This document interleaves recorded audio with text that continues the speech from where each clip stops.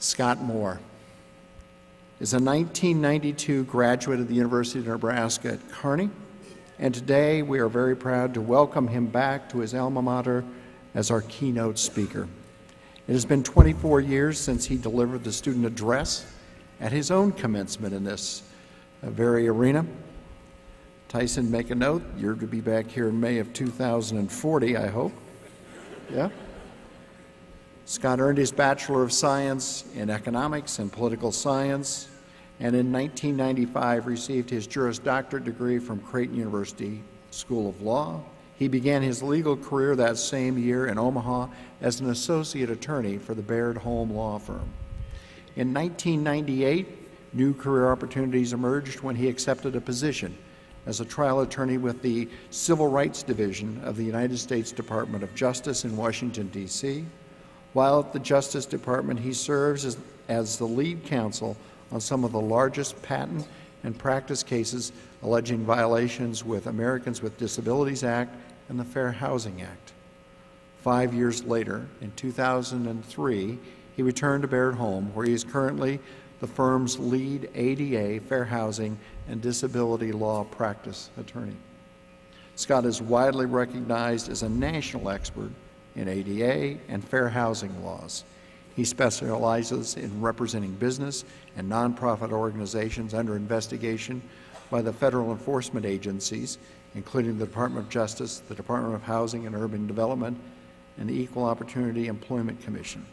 He is often called upon by industry, colleges, universities, state and local governments to provide assistance in developing compliance training programs, policies, and procedures. He serves as a legal specialist for the U.S. Department of Housing and Urban Development's Fair Housing Accessibility First program. He's been named the best lawyers in America and Great Plains super lawyer.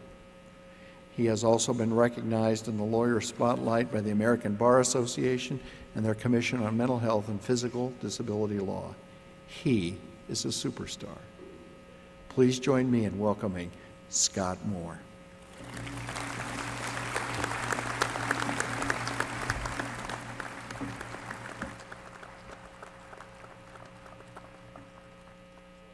Outstanding. Well, I think my microphone is working. Chancellor, Regents, Mr. Mayor, distinguished guests, family and friends, and most importantly, the class of 2016. Congratulations. We are here because of you. We are here because of your hard work, your dedication, your perseverance in obtaining your degree, whether it be a graduate degree, an undergraduate degree. Take time to enjoy this day. As successful people, I think you're already probably anxious and thinking about what the next step is. But I want you to take time to enjoy today, because I guarantee one thing, you will look back fondly on the time you spent at the University of Nebraska at Kearney.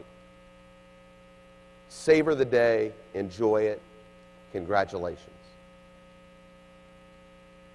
It is an absolute honor for me to be here today. As Chancellor Christensen said, 24 years ago, I was in the same spot as Tyson, giving the address for the class of 1992. Some of you weren't even born. Maybe many of you weren't even born back then. That hurts.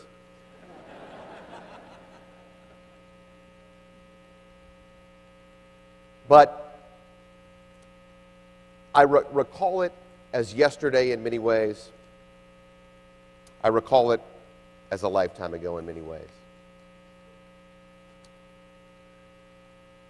When I was first asked to give the address, and I was thinking about what I would say, I did what probably most of you would do. I went to Google and YouTube. And I searched commencement speeches only to learn that when you do that, what comes up are commencement speeches of presidents of the United States, former presidents, Nobel laureates, industry titans, human rights leaders from around the world, movie stars, actors. That didn't give me a lot of confidence. I don't know that I am suited to speak to you today, but I'm going to do my best to share some of the experiences that I had here at UNK and what I've learned in my life that hopefully you can take with you as you leave this auditorium and start your new path. My wife and twin daughters are in the audience today. I have twin 11-year-old daughters. And we hear a common refrain in our household. And if you're a parent, I'm sure you've heard this. That's not fair. Right? Now, my daughters are really intelligent. I can't even help them with their math homework in 5th grade already. I mean, they're very intelligent girls. But their concept of fairness still needs a little refining. But sometimes they're absolutely right. Something that happened at school from a teacher or a friend or a referee on the soccer field is objectively unfair. And if you find them today and ask them what I say back to them, they'll say, well, Dad says he doesn't care. And I do say that. I say, I don't care. And I say, what have I told you since as far back as you can remember? And they say, yeah, Dad, we know life's not fair. And I say that not because I don't care, but I say that because they have to be prepared and understand that sometimes life is not fair. And they have a choice. They have a choice at that point to either look at it as an excuse to not act, to fall into despair, to simply accept that unfairness. Or they can use it as motivation. They can understand that they'll have obstacles, that they'll have barriers that they need to get through, and it is up to them to figure out what the path is around that. It's up to them to not accept unfairness, but to do something about it. Now, I learned that lesson when I was here at the University of Nebraska at Kearney. Well, it was Kearney State back then. In 1987, I was a freshman, graduated high school and came here to secure a degree and run cross country and track. And the first 2 months of my experience here, I immersed myself into college. I loved it. I met friends. I became a member of Pi Kappa Alpha. I ran cross country and track. I loved every bit of it.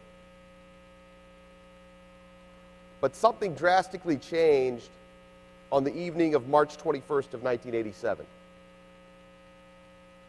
It was a cold, rainy day, November day I'm sure you've experienced here. And I made some bad decisions. I decided to get into a car with friends. We had all been drinking. And someone said, let's go out to Seven Hills Road. I had no idea what Seven Hills Road was. I still don't know where it is. I don't know if it exists. Maybe it was renamed. But Seven Hills Road was self-descriptive. 7 hills up and down on a gravel road. And what it was is we went out there to drive very fast over the hills. Now, I recall driving out there, but that's it. I don't recall anything after that. But what happened was, about halfway through the 7 hills, the driver, who was drinking and intoxicated like all of us, lost control of the car. It dug into the culvert, rolled 10 times.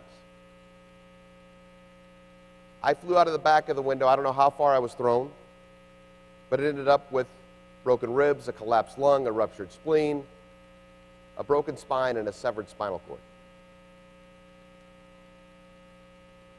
To say my life had changed that evening was an understatement. Spent a few weeks in the hospital in intensive care. Was very lucky to live. And then I started rehab. What happens if you have an injury like this is you go to a rehabilitation hospital, because going in, you probably think, well, you can't walk. But what you don't realize is you really have to learn everything again. You have to learn to get out of bed. You have to learn how to transfer in and out of cars. You have to learn to drive. You have to learn to do everything again. I was much like a child learning again everything I needed to do. And during the day, it wasn't bad. I was busy. I was in physical therapy. I was trying to get stronger. I was a runner. I was a $135, right? Real strong legs, not a muscle on the top of my body, okay? So that has to change, obviously, when you push a wheelchair around. But at night, when it was quiet and I was in the room alone and the lights were out, it was hard. It was difficult. And I asked myself why many, many times. I was immersed in unfairness. We can all think of something that we've done in our lives probably where if it would have went this way rather than that way, it could have been a bad result. So why did this happen to me? To give you a little bit more color on that, there were 5 of us in the car that night. Of the other 4 people in the car, 3 walked away without any injury and 1 had a broken leg. Talk about unfairness. And when you experience something like that, it pulls you down. The despair pulls you down. It wants you to feel that. But one day, I was in the physical therapy room, which is a big room. And in these rehab hospitals, there are people with all kinds of injuries, strokes, things like that. And I looked around, and I saw people who were injured with spinal cord injuries in their neck, who had very limited use of their arms. Some couldn't breathe on their own. I saw people who had strokes. I saw people who had head injuries, brain injuries, that left them not only physically disabled, but cognitively disabled. And I saw them working so hard to still fight to experience life. And that day changed me, because I thought, wow, if they are fighting like that, how am I to say life is unfair? And I took inventory that day about everything that I had. I wanted to get a degree. Why couldn't I? I couldn't run, but I began to wheelchair race. I wanted to meet someone, spend my life with someone. I wanted to have children. There was nothing stopping me from that. The friends and family and this whole community of Kearney I had, constantly visiting me, telling me, we can't wait for you to be back, was incredible. And I knew, this is it, guys. We get one chance here. There's no do-overs in life. There's no time machine. This is it. And I pushed away despair and worked as hard as I could to get back to UNK. And when I got back here, I'm not going to paint a picture of how easy it was. There were times that were difficult. But the most valuable, how lucky I was to have my fellow students, the academic faculty, the administration. When I showed a willingness, a want to achieve something, they were there to help me. William Nestor, who was the president of Kearney State and then the chancellor of the University of Nebraska at Kearney, personally came to me many times to encourage me to take leadership positions on the campus, to encourage me to get involved. He also was a Pike. He encouraged me to get involved in International Pike AA. He pushed me. Where does that happen? That a chancellor of the university would take time for a student and do that. It happens here at UNK. Now, after I graduated from UNK and received my law degree, I practiced for a couple years in Omaha, and then I went and got the incredible opportunity to work for the Civil Rights Division of the U.S. Department of Justice. Now understand, this is the office that led the prosecution of the 3 civil rights workers who were murdered in Philadelphia, Pennsylvania in 1964. This is the office that led the investigation into the assassination of Martin Luther King. I was in those walls. A kid from South Omaha who went to Kearney State is now in that office. And I got to sit before courts across the country advocating for people's civil rights. I want you to think about that. Our government advocates for civil rights. That doesn't happen anyplace else in the world. Most places in the world are totalitarian regimes.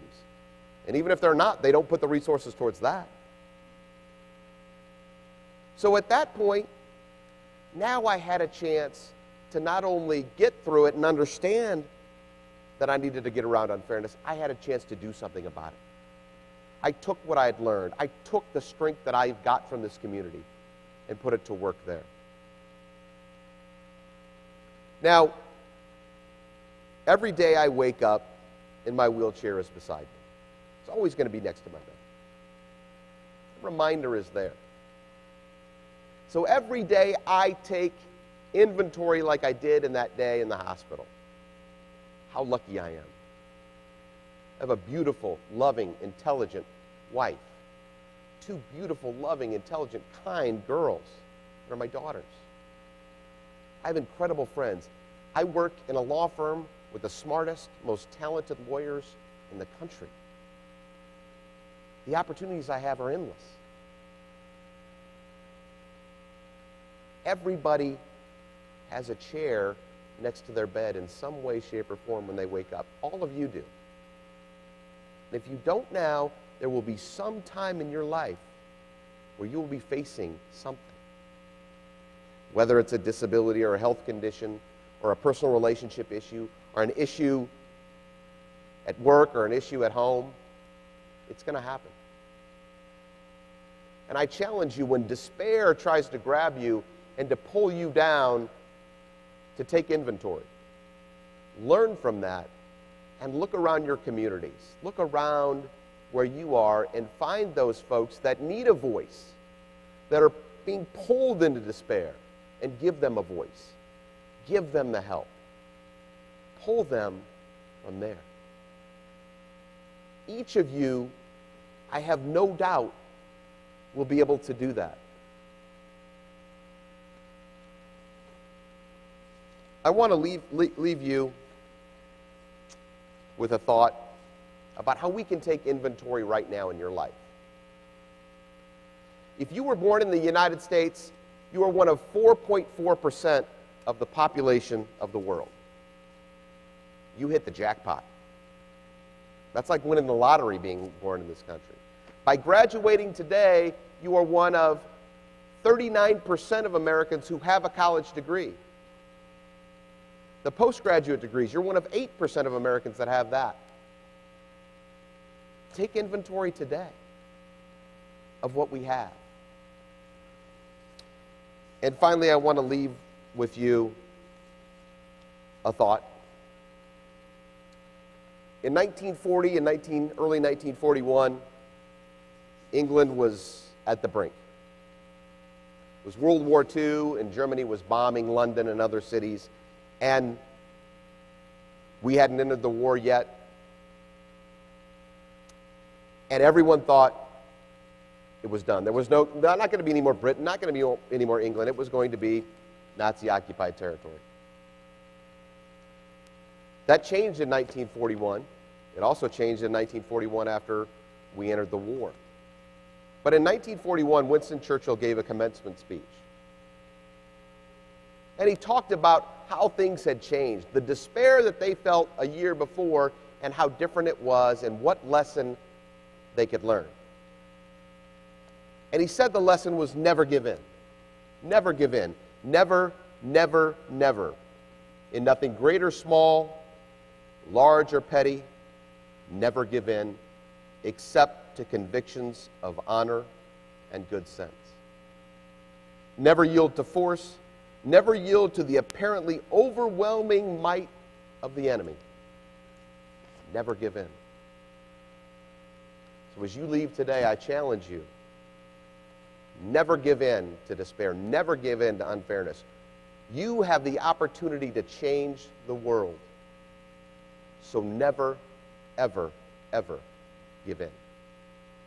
Thank you.